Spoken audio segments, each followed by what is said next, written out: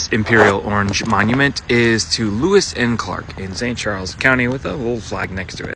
It's kind of hard to tell in the video, but this dude is like 13 or 14 feet tall. When I was a child, I was taught the story of these men as like intrepid adventurers that were exploring the great unknown. And there's actually a little plaque here that says just about the same thing.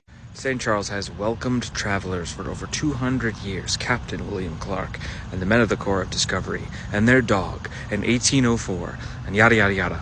This monument commemorates these famous explorers as they faced the unknown West in anticipation of great discoveries.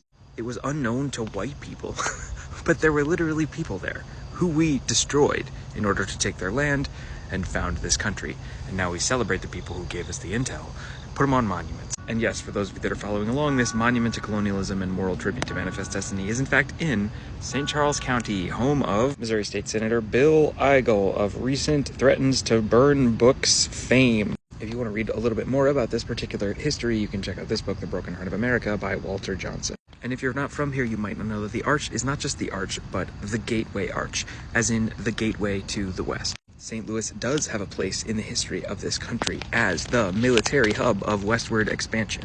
And as a result, the city is littered with monuments to Manifest Destiny, which, if you're not familiar, is one of the American foundational mythologies, the moral justification for the extermination of indigenous people and the large-scale theft of their land. This statue is perhaps small enough to be torn down, though I sincerely doubt there would be the political will to do so.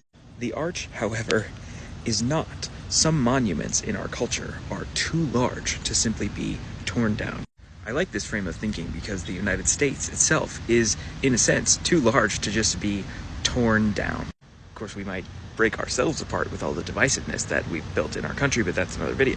We could remove this statue, but the moral foundation that it stands on would still be present in the spirit of our country. The spirit of westward expansion was the same spirit as the spirit of the slave trade. It is the same spirit of mass incarceration.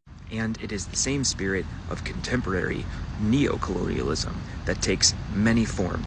Our military bases span the globe such that the sun does not set on the American empire. What is the justification for that apart from the spirit of Manifest Destiny? And if that example feels contrived or outlandish to you, I encourage you to think about Puerto Rico. They are American citizens that cannot vote. What tea do they get to throw, and in what harbor? If your house is on a rotting foundation, a new coat of paint is not enough. You need to address the core of the problem. To transform the American pedestal into a true foundation, we have to recognize that supremacy and expansion are as much American as tea and revolutions.